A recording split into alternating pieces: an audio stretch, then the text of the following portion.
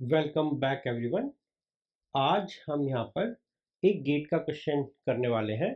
काफ़ी important question है and इस क्वेश्चन को आप प्लीज़ प्रॉपरली पढ़ो कि यहाँ पे दे क्या रखा है। एंड ये क्वेश्चन में कुछ ऐसे कॉन्सेप्ट है जो आपको स्ट्रक्चर में किसी भी वैल्यू को एक्सेस करने के लिए और उसकी प्रायोरिटीज़ को डिफाइन करने के लिए काफ़ी सोच समझ के बनाया गया क्वेश्चन है। ठीक है, आपके लिए काफ़ी काफ़ी इंपॉर्टेंट क्वेश्चन हो जाता है। सो यहाँ पे हमें एक स्ट्रक्ट गिवन है एंड इसको मैंने यहाँ पे इस हिसाब से एरे ऑफ स्ट्रक्चर डिफाइन कर रखा है, जहाँ पे ये मेरा हर एक एलिमेंट है। ठीक है, this is my zeroth element, my first element, second element, third element and fourth element in that structure. Okay, so इसको मैं अभी यहाँ पे ड्रॉ कर लेता हूँ। So this is my array of structure and I have 5 elements. तो मैंने अपने पर्टिकुलर इसको 5 जगह तोड़ लिया। Now this is my integer value आई।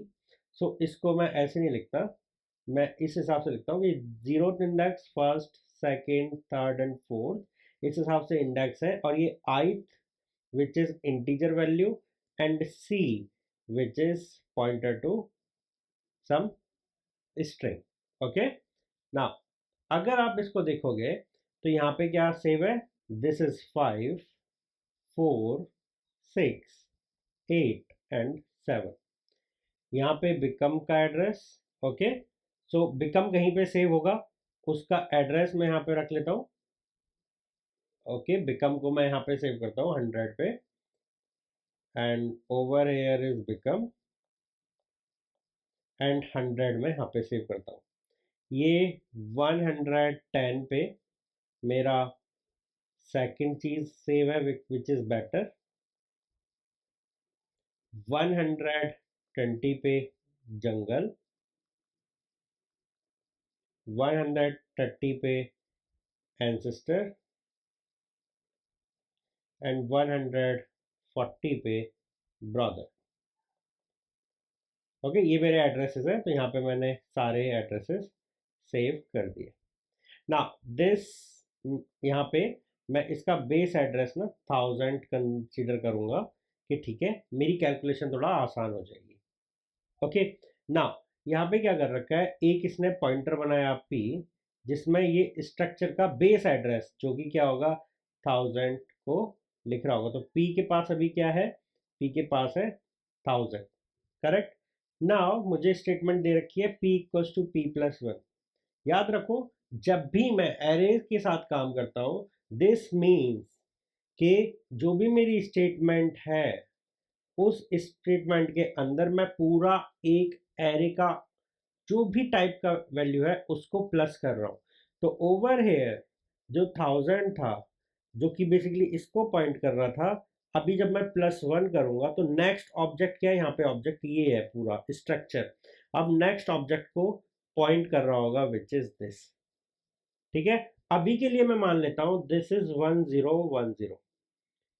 क्या है ये, 1010 है, मैं मान के चल रहा हूं। ठीक है, कुछ कैलकुलेशन होगी, मान लेते हैं दिस इज 1020, 1030, 1040 एंड इसके अंदर ये जो एलिमेंट है दिस इज 1005, 1015, 1025, 1035, 1045 मान के चल रहा हूं मैं। ठीक है, ये सारी चीजें मैंने मान रखी है। नाउ अब बात आती है चीज़ों को प्रॉपरली समझने की एंड एक्सेसिबिलिटी प्रोवाइड करने की। तो अभी P में क्या है, यहाँ पे 1, बेसिकली यहाँ पे P में क्या है 1010, दैट मीन्स P अभी इस ऑब्जेक्ट को पॉइंट कर रहा है। ठीक है, अगला स्टेटमेंट कहता है कि P के करेक्टर को एक्सेस करो। सो दिस मैं अभी ये समझाऊंगा कि ये कैसे प्रायोरिटी प्रोवाइड कर रहा है, बट ये काफ़ी इंपॉर्टेंट चीज़ है, आपको पता होनी चाहिए कि भाई ये क्या है, कैसे काम कर रहा है। अभी के लिए इतना मानो कि यहाँ पे P में मैं करेक्टर को एक्सेस कर रहा हूँ। अभी जो मेरे पास यहाँ पे वैल्यू है P विच इज 1010, ये ऑब्जेक्ट जो मैंने आपको बताया था, ठीक है, ये वाला। इस ऑब्जेक्ट में मैं कह रहा हूं कि सी करेक्टर जो कि अगेन एक पॉइंटर था उस पे चलो। हाँ जी, आ गए यहाँ पे 110 जो कि इसको पॉइंट कर रहा है। किसको पॉइंट कर रहा है? 110 को। हमने कहा भाई इसको ना एक आगे बढ़ा दो, तो अब ये किसको पॉइंट करेगा? 111 को। तो यहाँ पे जो वैल्यू आ जाएगी दैट इज 111। क्या आ जाएगी? 111। ये यहाँ तक अभी हमने एग्जीक्यूट किया है बस, ठीक है। अब आगे बढ़ते हैं। आगे बढ़ना मतलब मेरा तीसरा लाइन आएगा। मैं एक कलर चेंज कर लेता हूँ, ग्रीन लेकर आता हूँ। यहाँ पे मैं क्या कर रहा हूँ? मैं ये चीज़ करने की कोशिश कर रहा हूँ। अगेन यहाँ पे क्या हो रहा है देखो, P प्लस प्लस C ये लिखा हुआ है। इसको अगर मैं ब्रेक डाउन करूँ तो ये है, पहले P को C ले जाओ और जो फिर उसका रिजल्ट आएगा P को प्लस प्लस कर देना। इसका मतलब है ये। तो इसमें पहला स्टेप ले जाते हैं भाई, ये काम करते हैं। P टू C, इसके C पे क्या है? 111 है।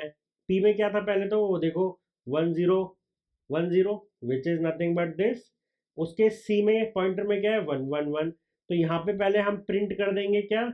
जो ये है ETTER। तो फर्स्ट प्रिंट स्टेटमेंट जो मुझे रिजल्ट देगा दैट इज ETTER। अब क्या करेगा इस पर्टिकुलर पॉइंटर को, ठीक है, ये जो पॉइंटर है इसको P को इंक्रीज कर देगा। P क्या था? 1010। अब उसको इंक्रीज करेगा तो वो कहाँ चला जाएगा? 1020। तो यहाँ पे आ जाएगा 1020। क्या आ जाएगा? 1020। इतना समझ आ गया ना? Moving to next statement. यहाँ पे क्या हो रहा है? अगेन एक ये स्टेटमेंट दे रखी है प्लस प्लस पी, ठीक है। अभी पी में क्या है? 1020। दैट मीन्स ये वाला एलिमेंट है। कलर चेंज करते हैं, ये वाला एलिमेंट है। हाँ जी, ये वाला एलिमेंट है। इसके सी पे पहुंचो। हाँ जी, 120 एड्रेस मिला था, हम यहाँ आ गए, ठीक है। उसमें प्लस प्लस करो। ओके, 121 पे चले गए हम। हमने यहाँ पे 121 कर दिया जी। अब स्टार 121 मीन्स उसकी वैल्यू प्रिंट करने की कोशिश कर रहा है। तो यहाँ पे सिंगल करेक्टर की वैल्यू प्रिंट करने की कोशिश कर रहा है। तो यहाँ पे क्या प्रिंट होगा? यू प्रिंट होगा जी।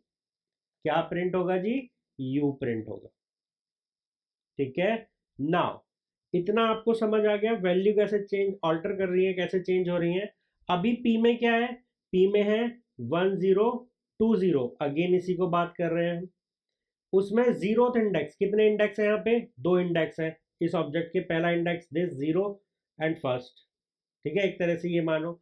तो जो जीरोथ इंडेक्स है विच इज इटसेल्फ 1020।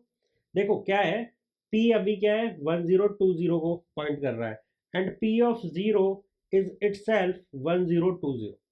इतना बस ध्यान रखो, यहाँ पे ये काम हो रहा है। इसका इक्विवेलेंस ये है। अब उसमें अगर मैं डॉट आई कर दूं दैट मीन्स मैं पहला एलिमेंट एक्सेस करने की कोशिश कर रहा हूं विच इज नथिंग बट 6। क्या है? 6, ठीक है। एंड जब मैं उसको P टू C करूंगा इस पॉइंटर में, P which is 1020 dot C करूंगा, तो सेकेंड पॉइंटर को करूंगा मैं, इधर आ जाऊंगा। इधर आने पे मेरा कौन सा एड्रेस है? 121। 121 कहाँ है? ये रहा 121। एंड जब मैं उसकी स्ट्रिंग को प्रिंट कर रहा हूँ तो वो UNGLE प्रिंट करेगा। तो UNGLE। So this will be my output. This will be my output.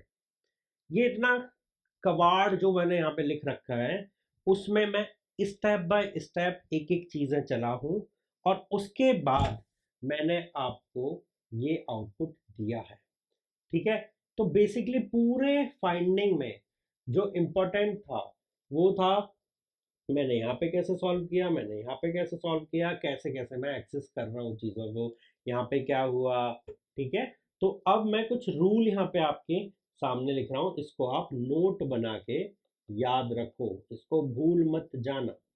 पहला is if I do plus plus P to C that means सबसे पहले ये वाला सीक्वेंस सॉल्व होगा, देन ये सीक्वेंस सॉल्व होगा। ठीक है, तो जो आउटपुट इसका आएगा, इसका जो S1 का आउटपुट होगा, स्टेटमेंट 1 है ये, उस पर मैं ये ऑपरेटर चलाऊंगा और मेरा रिजल्ट 2 आएगा। तो this statement 1 gives me a result, फिर मैं स्टेटमेंट 2 रिजल्ट पे अप्लाई करूंगा और फिर मेरा आउटपुट आने वाला है। सेकेंड, ये मेरा फर्स्ट है।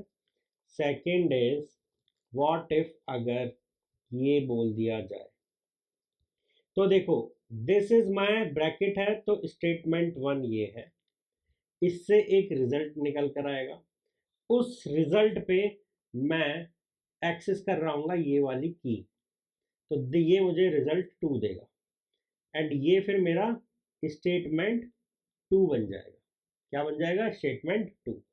थर्ड, अगर मुझे बोला जाए P plus plus tends to C, तो याद रखो ये मैंने जब ब्रेक किया था तो मैंने यहाँ आपके सामने लिखा था ये, ठीक है, ये डिफाइन किया था मैंने। तो प्रायोरिटी मैं किसको दे रहा हूँ? मैं एरो को प्रायोरिटी दे रहा हूँ, तो यहाँ पे ये मेरा स्टेटमेंट 1 कहलाएगा। ओके, इसका जो रिजल्ट आएगा उस पे मैं प्लस प्लस कर रहा हूँ, उस पर मैं प्लस प्लस कर रहा हूँ। ओके, इतना आप याद रखो। फिर मुझे क्या मिल रहा होगा? रिजल्ट 2, रिजल्ट 2 मिल रहा होगा। Got it? And this is again equivalent to P plus plus tends to C,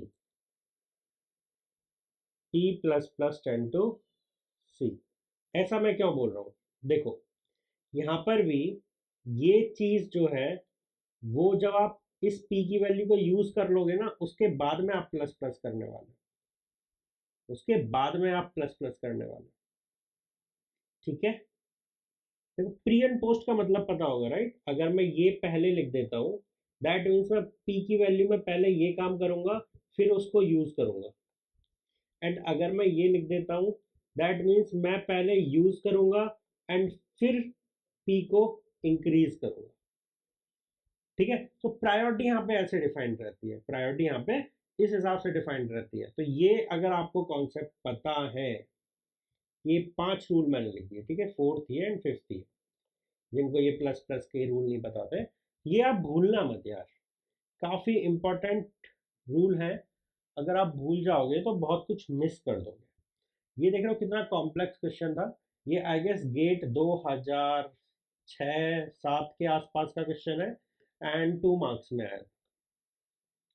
ठीक है, एंड 2 मार्क्स में आपसे यही पूछा था कि भाई क्या क्या प्रिंट करता रहेगा वो, एंड मल्टीपल ऑप्शंस दे रखे थे, उसमें से ये वाले ऑप्शन जो भी था ये सही है, ये वाला ऑप्शन सही है, ऑर्डर ऑफ प्रिंटिंग दैट, ये सही है। यहाँ पे देखो ये स्टार की वजह से मैंने पूरी स्ट्रिंग प्रिंट नहीं करी, मैंने केवल वो करेक्टर प्रिंट किया।